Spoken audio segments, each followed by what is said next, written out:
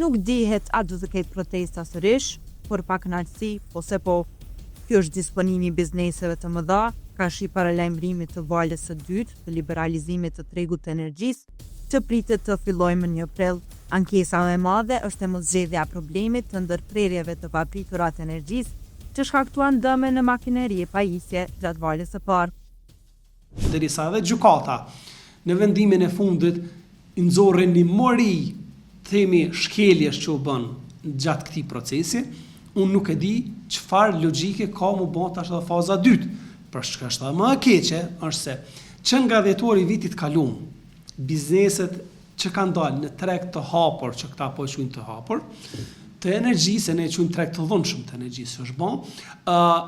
janë përballë me reduktime jashtëzakonisht të ashpra, pa asnjë paralajmërim fare. Edhe gjithashtu kanë pësu dame të shumta. Domthon kanë pësu fillimisht dame themi tek punëtorët për shkak se në mungesë të energjisë edhe në mungesë të një mënyre të dytë të quajmë ose një plan B të furnizimit në këtë rast themi të gjeneratorëve, atëherë ai nuk ka mujt mi majt ata punëtorë me nejt i ka qenë në shtëpi, pa thënë pagu prap. Domthon është dam e para. E dyta kemi disa raportime që janë bën për shkak të këtyre reduktimeve kanë ndodhur edhe themi djegje dhe dëme shumë të mëdha në stabilimente. Do ta kemi qartë, shumica e këtyre bizneseve që kanë dalë në treg të lirë ta quajmë në këtë fazën e parë, janë biznese të mëdha dhe pjesa dërmuese të tyre janë biznese prodhuese. Ndërprerja e energjisë në mënyrë të dhunshme ka shkaktuar prishje stabilimenteve, vlera të cilave mira euro kap, sepse stabilimenti i makineri i re. Për më tepër, drejtori i dhomës së tregtisë dhe industrisë, Kushtrim Ahmeti, thotë se vendimet e ZRE-s u morën pa konsultim me bizneset dhe paralajmëron se faza e dytë mund të sjellë pasoja të ngjashme. Na pa të marrë para pak kohësh informacionin për këtë çështje dhe ne ju kemi drejtuar dhe zyrtarisht ZRE-s me kuptu sakt cili është tash plani i tyre për këtë fazën e dytë të liberalizimit. Me qenë se faza parë u krysi si u kry, po i shumë damet të gjitha ato që ka po ndodhin, dhe ne kemi kërkuar pra cilat bizneset tash do të futen në fazën e dytë. Domthon, nëse janë fut biznese që kanë pas deri 50 punëtorë, ata që kanë pas deri 10 milionë euro tyra vjetore në fazën e parë, kush do ta psoj nga këto vendime tinzare dhe arbitrare që po merren nga ZRE-ja tash në fazën e dytë. Normalisht deri sot s'kemi marrë dhe unë nuk pres se do të marrë një përgjigje për tyre, sepse njëjtë kanë vepruar edhe në rastin e fazës së parë themi të liberalizimit vitin e kaluar, ku s'kan pas fare gatishmëri për me bashkëpunu, i kanë bërë gjitha gjërat në mënyrë tinzare, siç po i bëjnë edhe në fazën e dytë, dhe për neve është fatkeqësi e madhe që nuk kemi institucione, të cilat të paktën do të ishte ndashur në mënyrë automatike dhe urgjente që këta njerëz që udhëheqin sot me zërren t'i vendosin para përgjegjësisë. Drejtori në Flutex SHPK, Fisnik Kryeziu, kujton njoftimin me vonesë që e kishte marrë kjo kompani prodhuese për të kaluar në tregun e lirë në afatin e parë. Realisht damat më të mëdha që i kemi pas ose që i kemi has gjatë fazës parë ka qenë gjëja kryesore lejmërimi me vonesë. Do me thonë, në kohën kër neve na kanë informu që do dalim në tregun e lirë gjitha bizneset, po mendoj ashtu si na nuk kemi qenë të përgatitur. Edhe ka pas shumë huti të mëdha të cilat na kanë ndikuar deri në vendimin final.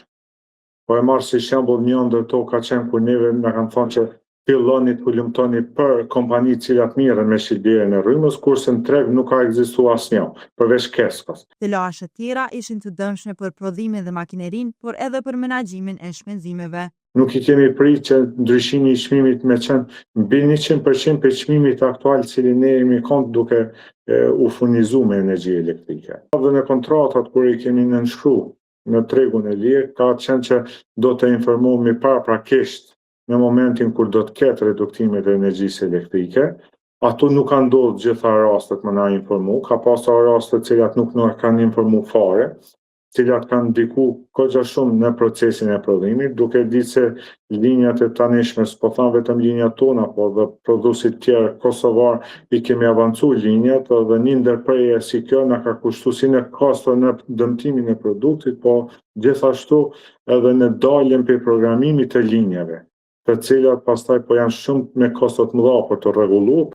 Edhe njohësi i fushës energjetikës, Lulzim Sylla, thotë se procesi duhet të zhvillohet me kujdes, duke mësuar nga gabimet e valës së parë por edhe duke i marrë për bazë interesat e të gjitha palëve të interesit. Duhet që mos bëjmë gabimet e njëjta të fazës parë që është bërë me nguti dhe është bërë si vendimi i kryer, kështu që tash duhet mësojmë nga gabimet dhe duhet që të kemi një diskutim më serioz, duhet gjitha palët e interesit të akordohen dhe në fund zyra rregullatorit të energjisë pastaj ta merr një vendim mbi bazën e interesave të palëve të interesit. Gjithçka duhet bëhet me hapa të sigurt, duhet bëhet me hapa konkret që nuk bie ndesh fillimisht me ligjin, nuk bie ndesh me destabilizimet, do të jetë funksion dhe jo në destabilizim të bizneseve, prandaj nuk është se ndonjë palë jashtë Kosovës vendos për neve, ne jemi ata që vendosëm, duke u bazuar në rregullativa, duke u bazuar në ligje, kështu që nuk do duhet keq përdorur kjo e drejtë nga ana e zyrës së rregullatorit të energjisë që gjithçka të merr vendime pa konsult me palët e interesit. Ndërkohë, zyra rregullatorit ka konfirmuar për Kosova Press fillimin e valës së dytë nga 1 prilli, por pa përgjigje nëse biznesi tashmë janë informuar për të, e as nëse ka zgjidhje për reduktimet e paplanifikuara të furnizimit me rrymë. Zyra e rregullatorit për energji është duke vazhduar procesin e liberalizimit të tregut të energjisë elektrike në përputhje me ligjin në fuqi dhe me të njëjtat parime, kushte dhe kriteret që janë aplikuar edhe gjatë vitit të kaluar. Faza e dytë e liberalizimit planifikohet të fillojë nga data 1 prill 2026. Sa i përket shqetësimeve të ngritura lidhur me ndërprerjet e energjisë elektrike gjatë muajit dhjetor për konsumatorët në tregun e lirë, ZRRE është e vetëdijshme për këto raste dhe i trajton ato në kuadër të kompetencat të saj rregullatore. Megjithatë, këto çështje nuk ndikojnë në vazhdimin e procesit të liberalizimit, i cili do të zbatohet në mënyrë të planifikuar dhe në përputhje me kornizën ligjore dhe rregullative ekzistuese. Sipas ZRRE-s, aktualisht në tregun e hapur funksionojnë 69.535 pika matëse, ndërsa furnizimi i këtyre konsumatorëve realizohen nga 6 furnizues të ndryshëm të licencuar, të cilët veprojnë në treg konkurrues.